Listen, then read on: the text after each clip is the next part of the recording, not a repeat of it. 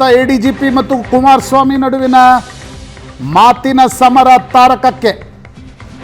ಚಂದ್ರಶೇಖರ್ ವಿರುದ್ಧ ಮುಖ್ಯ ಕಾರ್ಯದರ್ಶಿಗೆ ದೂರು ಕೊಟ್ಟ ಜೆಡಿಎಸ್ನ ಶಾಸಕರು. ಲೋಕಾಯುಕ್ತ ಎಡಿಜಿಪಿ ಚಂದ್ರಶೇಖರ್ ಮತ್ತು ಕುಮಾರಸ್ವಾಮಿ ನಡುವಿನ ಸಮರ ತಾರಕಕ್ಕೆ.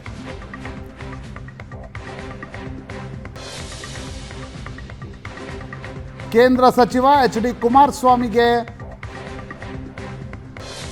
ಐಪಿಎಸ್ ಅಧಿಕಾರಿ ಅಪಮಾನ ಮಾಡಿದ್ದಾರೆ. ಹಂದಿ ಪದ ಬಳಕೆ ಸರಿಯಲ್ಲ ಎಂದ ಜೆಡಿಎಸ್ನ ಶಾಸಕರ ನಿಯೋಗ. ಇನ್ನೊಂದೆರಡು ಕಡೆ ಚಂದ್ರಶೇಖರ್ ಬೆನ್ನಿಗೆ ನಿಂತ ಮುಖ್ಯಮಂತ್ರಿ ಸಿದ್ದರಾಮಯ್ಯ ಮತ್ತು ಗೃಹ ಸಚಿವ ಜಿ ಪರಮೇಶ್ವರ್ ಹಂದಿ ಅಂದಿದ್ದು ಕುಮಾರಸ್ವಾಮಿ ಅವರಿಗಲ್ಲ ಎಂದು ಸಮಜಾಯಿಷಿ. ಕುಮಾರಸ್ವಾಮಿ ಅವರ ಜಾಮೀನು ರದ್ದು ಕೋರಿ ನ್ಯಾಯಾಲಯಕ್ಕೆ ಮೇಲ್ಮನವಿ ಸಲ್ಲಿಸಲು ಲೋಕಾಯುಕ್ತ ತಯಾರಿ.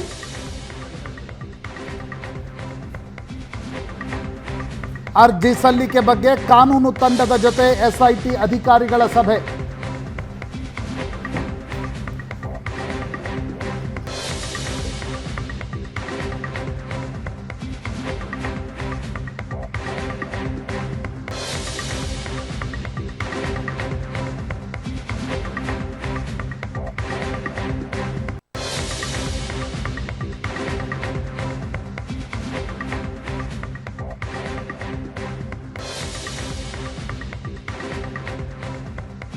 ಹಳ್ಳಿ ಡಿನೋಟಿಫಿಕೇಶನ್ ಪ್ರಕರಣದಲ್ಲಿ ಲೋಕಾಯುಕ್ತ ತನಿಖೆಗೆ ಹಾಜರಾದ ಕೇಂದ್ರ ಸಚಿವ ಕುಮಾರಸ್ವಾಮಿ ಅವರು ವಿಚಾರಣೆ ಮುಗಿಸಿ ಹೊರಗೆ ಬಂದ ನಂತರ ಮಾಧ್ಯಮಗಳಿಗೆ ಮಾತಾಡ್ತಾ ಈ ಸರ್ಕಾರದಲ್ಲಿ ಪೊಲೀಸರು ಏನೇನು ಮಾಡ್ತಾ ಇದ್ದಾರೆ ಅಂತ ನಾಳೆ ಕೊಡ್ತೀನಿ ನೋಡಿ ಅಂದ್ರು.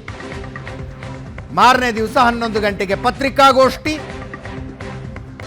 ಪತ್ರಿಕಾಗೋಷ್ಠಿಯ ಟಾರ್ಗೆಟ್ ಆಗಿದ್ದ ಪೊಲೀಸ್ ಅಧಿಕಾರಿ ಲೋಕಾಯುಕ್ತ ಎಸ್ಐಟಿಯ ಎಡಿಜಿಪಿ ಚಂದ್ರಶೇಖರ್. ಮೂಲತಃ ಆಂಧ್ರದವರು. ಐಪಿಎಸ್ ಅಧಿಕಾರಿಯಾಗಿ ವಿವಿಧ ಹುದ್ದೆಗಳನ್ನು ನಿರ್ವಹಿಸಿ ಈಗ ಲೋಕಾಯುಕ್ತ ಎಸ್ಐಟಿಯ ಎಡಿಜಿಪಿ ಆಗಿದ್ದಾರೆ.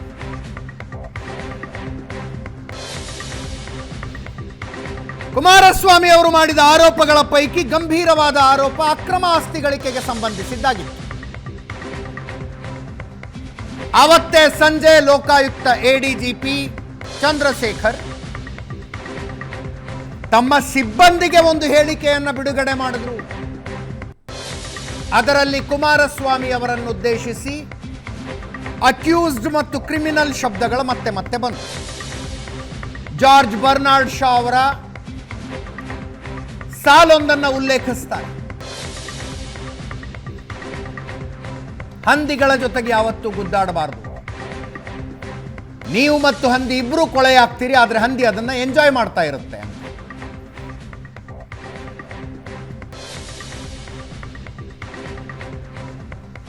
ಈಗ ಚಂದ್ರಶೇಖರ್ ಅವರ ಪತ್ರದ ಮೇಲೆ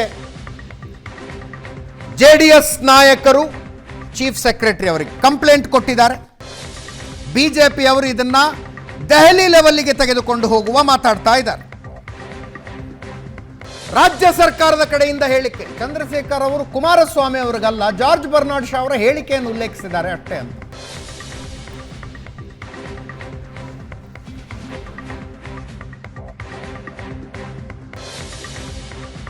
ಇಲ್ಲಿಗೆ ಈ ಭಾಷೆ ಇದೆಯಲ್ಲ, ಈ ಭಾಷೆ ಆ ಅಧಿಕಾರಿ ಎಷ್ಟರ ಮಟ್ಟಿಗೆ ಆ ವೃತ್ತಿಯಲ್ಲಿ ಪ್ರಾಮಾಣಿಕವಾಗಿ ಕೆಲಸ ಮಾಡ್ತಾನೆ ಅಂತ ಬ್ಯಾಕ್ಗ್ರೌಂಡ್ ಇದೆ, ಆ ವ್ಯಕ್ತಿ ಸಂಸ್ಕೃತಿ ಇದೆಯಾ ಅನ್ನೋದನ್ನು ಯೋಚನೆ ಮಾಡಿ. ಆ ವ್ಯಕ್ತಿಗೆ ಸಂಸ್ಕೃತಿ ಇದೆಯಾ ಅಂತ ಹೇಳಿ. ಇಂಥ ವ್ಯಕ್ತಿ ನನ್ನ ಬಗ್ಗೆ, ಒಬ್ಬ ಕೇಂದ್ರದ ಮಂತ್ರಿ ಬಗ್ಗೆ ಏನು ಬೇಕಾದರೂ ಬರೀಬೋದು ಅಂತ ಇದೆಯಾ? ಅಲ್ಲೆಲ್ಲ ಸರ್ಕಾರ ನಡೆಸಿದಾಗ ಮೆಚ್ಚಿಸ್ಲಿಕ್ಕೆ ಇಂಥ ಅಧಿಕಾರಿಗಳನ್ನ ಇಟ್ಕೊಂಡು ಯಾವ ಉದ್ದೇಶದಿಂದ ಮಾಡ್ಕೊಂಡಿದ್ದೀರಿ? ನನಗೆ ನಿಮಗಿಂತಲೂ ಹೆಚ್ಚಿನ ರೀತಿಯಲ್ಲಿ ಮಾಹಿತಿ ಕೊಡ್ತಕ್ಕಂಥ ಇಂಟೆಲಿಜೆನ್ಸ್ ಇದೆ. ಕುಮಾರಸ್ವಾಮಿ ನಂದಿ ಅಂತ ಬರ್ದಿದ್ದಾರೆ, ಬರ್ದಿದ್ದಾರೆ. ಬರ್ನಾರ್ಡ್ ಶಾ ಹೇಳಿರೋದನ್ನ ಹೇಳಿದ್ದಾರೆ. ನಾನು I am not going to comment on that. ಹಂದಿ ಕುಮಾರಸ್ವಾಮಿ ಹಂದಿ ಅಂತ ಹೇಳಿದಾರ. ಕರ್ನಾಟಕದ ಜನತೆಯ ನಿಮ್ಗಿರೋದು 5 ವರ್ಷ. ಅವ್ರ ಸವಲತ್ತನ್ನ ಹಂದಿ ಥರ ಮೇಯ್ತಾ ಇರೋರು ನೀವು. ಆಡಳಿತ ವ್ಯವಸ್ಥೆ ಎಲ್ಲಿಗೆ ಬಂತು? ತಮ್ಮ ಇರೋವಂಥ ಸಚಿವ ಸಂಪುಟದಲ್ಲಿ ತಮ್ಮ ಜೊತೆ ಯಾರ್ಯಾರು ಅವರೇ, ಅವ್ರ ಕೈಲಿ ಯಾರ ಕೈಲೂ ಆಗದೆ ಈ ಥರ ಸರ್ಕಾರಿ ಸಂಬಳ ಕೊಡುವಂಥ ನೌಕರರ ಕೈಲಿ ಈ ಕೆಲಸ ಮಾಡಿಸ್ತಾ ಇದ್ದಾರೆ ಅಂತ ಒಪ್ಕೊಂಡಂಗೆ ಆಯ್ತಲ್ಲ. ಬರ್ನಾರ್ಡ್ ಶಾ ಹೇಳಿದ್ದನ್ನು ಅವರು ಕೋಟ್ ಮಾಡಿದ್ದಾರೆ. ನನಗೆ ಅಪ್ಲೈ ಆಗುತ್ತೆ ಅಂತ ಯಾಕೆ ತಗೋಬೇಕು? ನಾವು ತಗೋಬೇಕಾ? ಅವ್ರು ಪ್ರಸ್ತಾಪ ಮಾಡಿರ್ಬೋದು. ಬರ್ನಾರ್ಡ್ ಶಾ ಆ ರೀತಿ ಹೇಳಿದ್ದಾರೆ ಅಂತ ಹೇಳಿದ್ದಾರೆ ಹೊರತು ಕುಮಾರಸ್ವಾಮಿ ಅವರಿಗೆ ರೆಫರ್ ಮಾಡಿ ಹೇಳಿಲ್ವಲ್ಲ. ಹೇಳಿದಾರ ರೀ? ಓದಕ್ಕೆ ಬರ್ಬೇಕಲ್ರಿ, ನಮಗೆ ಓದಕ್ಕೆ ಅರ್ಥ ಮಾಡ್ಕೊಳ್ಳಕ್ಕೆ ಬಂದ್ರೆ ಈ ಪ್ರಶ್ನೆನೇ ಬರಲ್ಲ.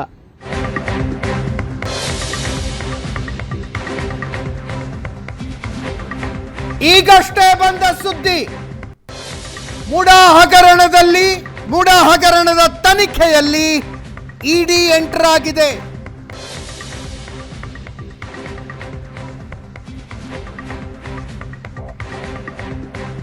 ಲೋಕಾಯುಕ್ತ ಪೊಲೀಸ್ ಠಾಣೆಯಲ್ಲಿ ದಾಖಲಾದ ಎಫ್ಐಆರ್ನ ಆಧಾರದ ಮೇಲೆ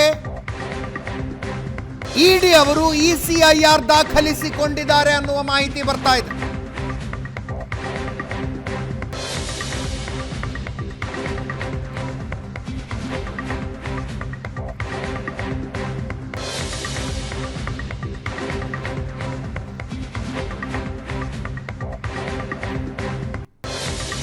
ಇಡಿ ದಾಖಲಿಸಿಕೊಂಡ ಇಸಿಐಆರ್ನಲ್ಲೂ ಸಿದ್ದರಾಮಯ್ಯನವರು ಆರೋಪಿ ನಂಬರ್ 1, ಅವರ ಪತ್ನಿ ಬಿಎಂ ಪಾರ್ವತಿ ಆರೋಪಿ ನಂಬರ್ 2, ಸಿದ್ದರಾಮಯ್ಯನವರ ಬ್ರದರ್ ಇನ್ ಲಾ ಮಲ್ಲಿಕಾರ್ಜುನ ಸ್ವಾಮಿ ಆರೋಪಿ ನಂಬರ್ 3 ಮತ್ತು ಮಲ್ಲಿಕಾರ್ಜುನ ಸ್ವಾಮಿಗೆ ಜಮೀನು ಮಾರಿದ್ದ ದೇವರಾಜು ಆರೋಪಿ ನಂಬರ್ 4.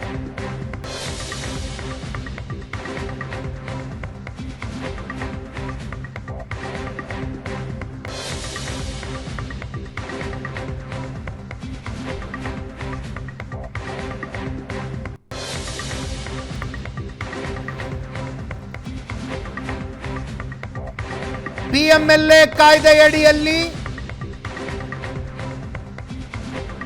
ಬರುವ ಆರೋಪಗಳು ನಡೆದಿದ್ದಾಗ ಮಾತ್ರ ಇಡಿ ಇಸಿಐಆರ್ ದಾಖಲಿಸಿಕೊಳ್ಳೋದು. Prevention of money laundering act ಈ 14 ಸೈಟುಗಳು ಸಿದ್ದರಾಮಯ್ಯನವರ ಧರ್ಮ ಪತ್ನಿಗೆ ಮಂಜೂರಾಗಿರುವ ವಿಷಯದಲ್ಲಿ ಪಿಎಂಎಲ್ಎ ಆಕ್ಟ್ ಅಟ್ರಾಕ್ಟ್ ಆಗುವಂಥ ಯಾವ ಕ್ರೈಮ್ ನಡೆದಿದೆ, ಇಸಿಐಆರ್ ಏನಾಗಿದೆ ಅನ್ನುವ ಮಾಹಿತಿಗಳು ಬರಬೇಕು.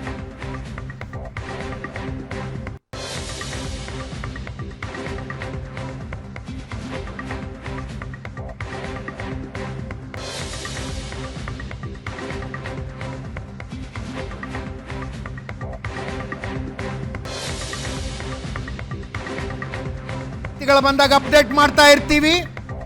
ಇಡಿ ಎಂಟರ್ ಆಗಿದೆ.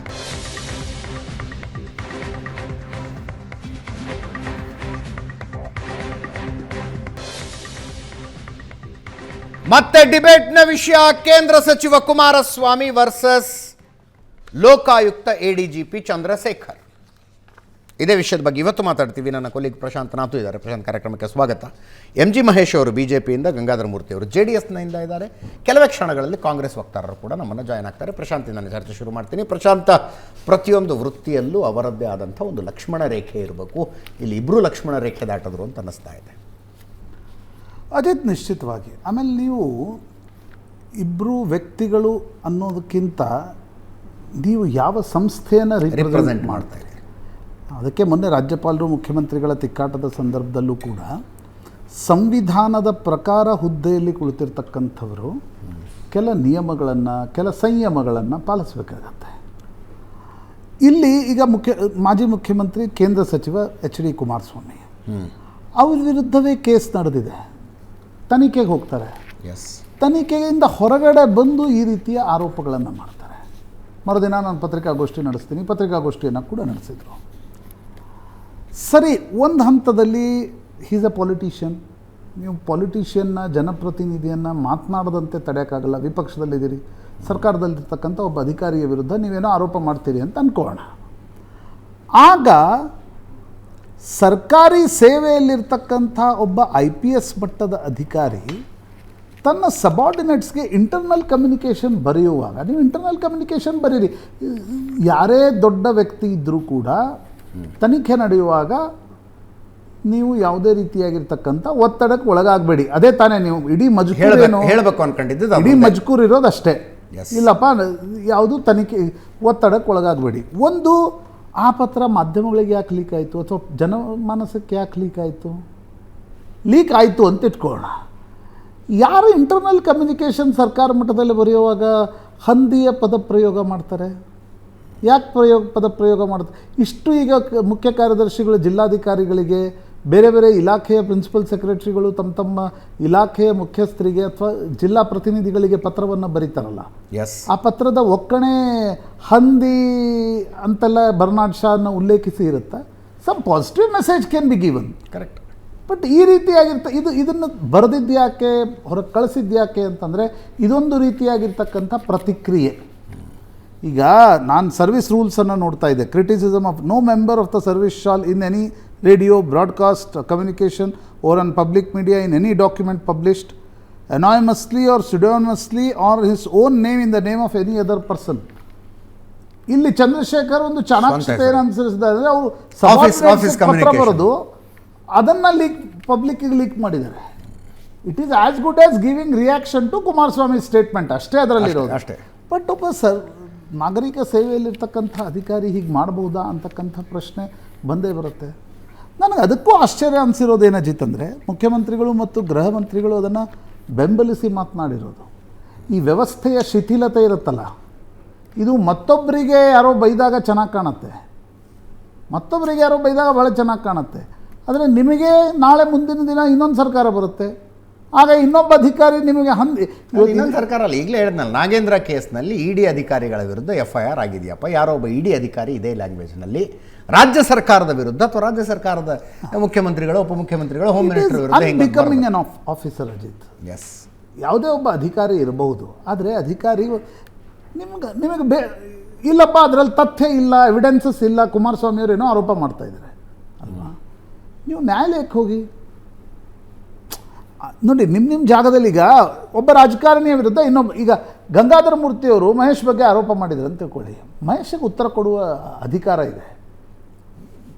ವಕ್ತಾರಗಳು ಅಲ್ಲ, ವಕ್ತಾರರಲ್ಲ, ಅವ್ರು ಜನಪ್ರತಿನಿಧಿ ಆಗಿದ್ರು ಕೊಡುವ ಅಧಿಕಾರ ಇದೆ. ಒಬ್ಬ ಸರ್ವಿಂಗ್ ಅಧಿಕಾರಿಗೆ ಆ ರೀತಿ ಉತ್ತರ ಕೊಡುವ ಅಧಿಕಾರ ಇಲ್ಲ. ಈಗ ಯಾರೋ ಅವನು ಊರಲ್ಲಿ ಪತ್ರಿಕಾಗೋಷ್ಠಿ ಮಾಡ್ತಾನಪ್ಪ ಜಿಲ್ಲಾಧಿಕಾರಿ ವಿರುದ್ಧ, ತಹಶೀಲ್ದಾರ್ ವಿರುದ್ಧ, ಅಲ್ಲಿ ಹಣ ತಂದಿರಿ, ಇಲ್ಲಿ ಹಣ ತಂದಿರಿ ಅಂತ.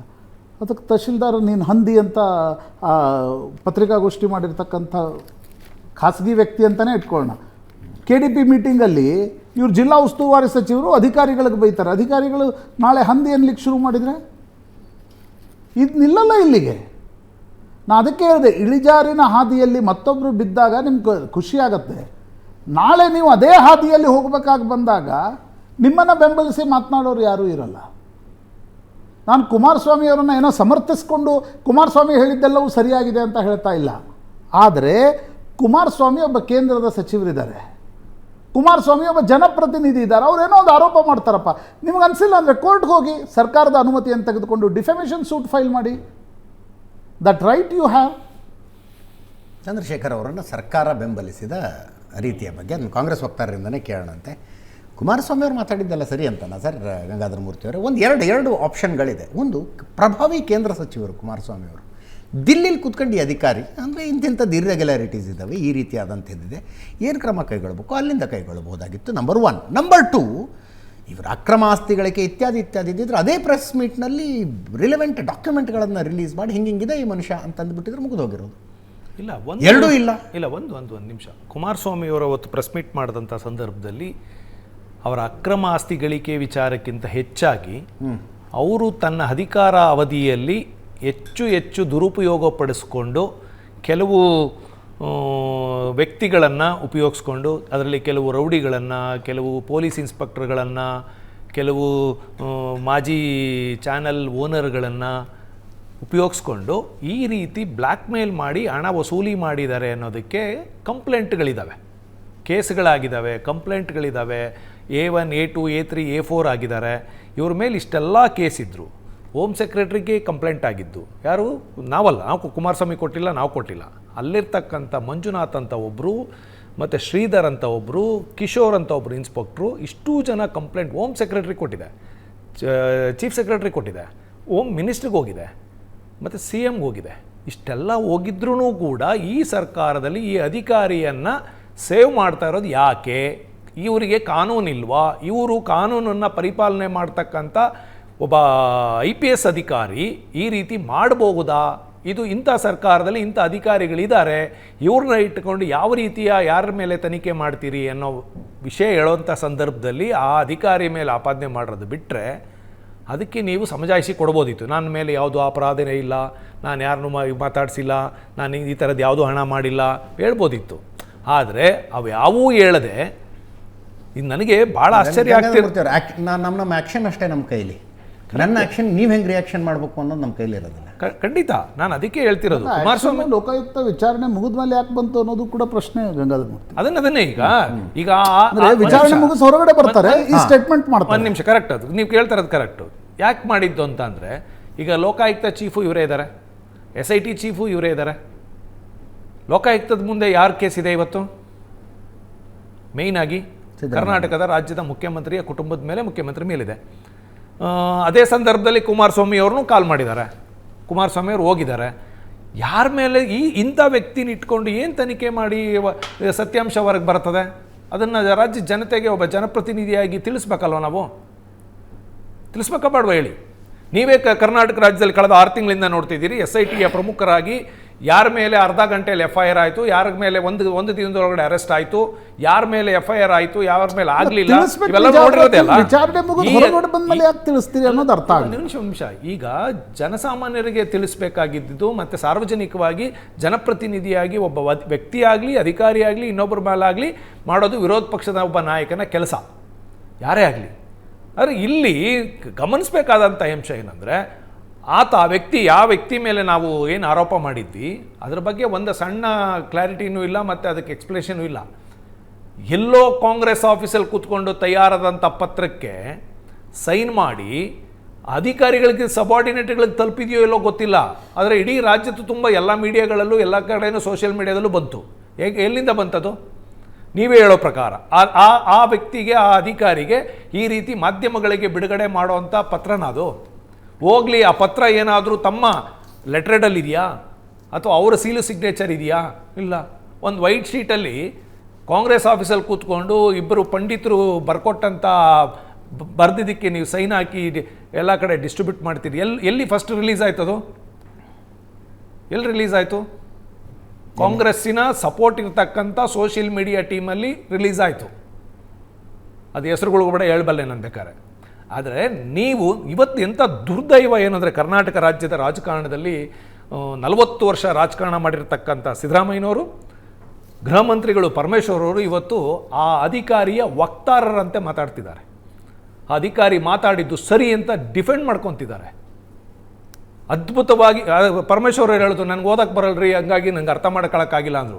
ಕನ್ನಡ ಪಂಡಿತರು, ಕನ್ನಡದ ಜ್ಞಾನ ಉಳ್ಳಂಥವ್ರು, ಮತ್ತು ಭಾಳ ಜನಕ್ಕೆ ಕನ್ನಡದ ಪಾಠ ಹೇಳೋರು ಮಾನ್ಯ ಸಿದ್ದರಾಮಯ್ಯನವರು, ಕಾನೂನು ಪಂಡಿತರು, ಕಾನೂನು ವಕೀಲರಾಗಿರ್ತಕ್ಕಂಥವ್ರು ಇವತ್ತು ಆ ಅಧಿಕಾರಿ ಪದನ ನೀವು ಡಿಫೆಂಡ್ ಮಾಡ್ಕೊಂತೀರಿ ಅಂದರೆ ನೀವು ರಾಜಕಾರಣಿ ಸ್ವಾಮಿ, ನೀವು ಜನಪ್ರತಿನಿಧಿನೇ.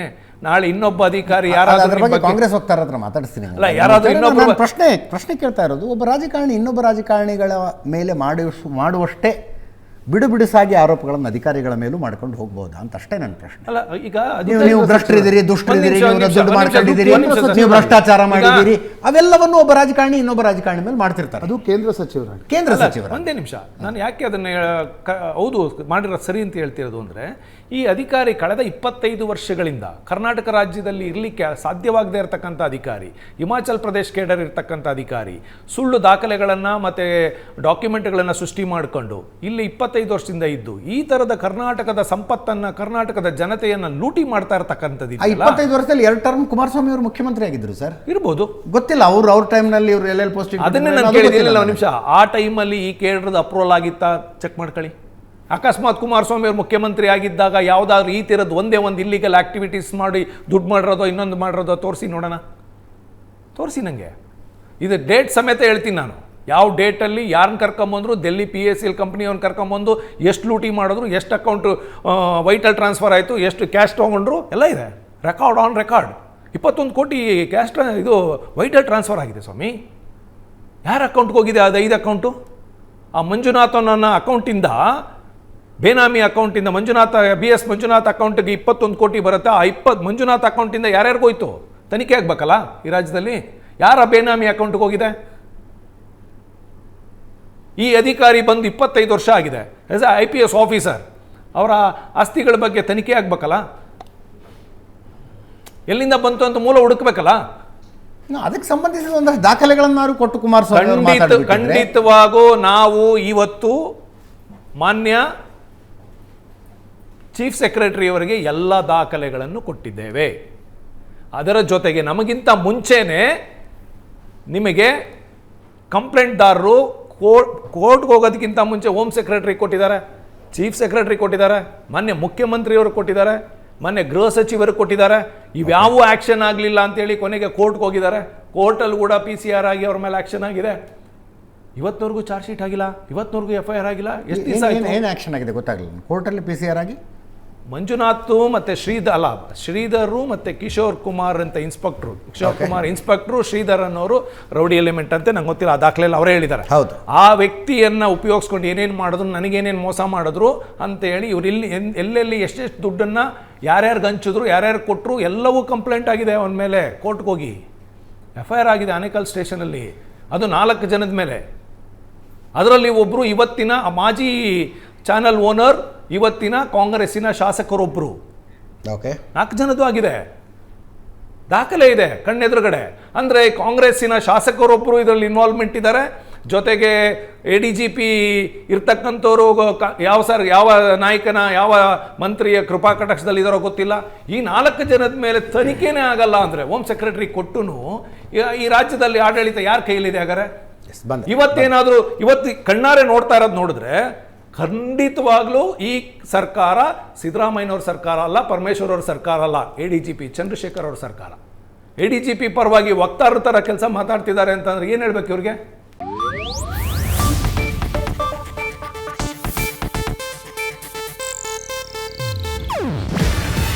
ಇದು ಏಷ್ಯಾನೆಟ್ ನ್ಯೂಸ್ ನೆಟ್ವರ್ಕ್ ಪ್ರಸ್ತುತಿ. ನೀವು ನೋಡ್ತಿದ್ದೀರಾ ಏಷ್ಯಾನೆಟ್ ಸುವರ್ಣ ನ್ಯೂಸ್.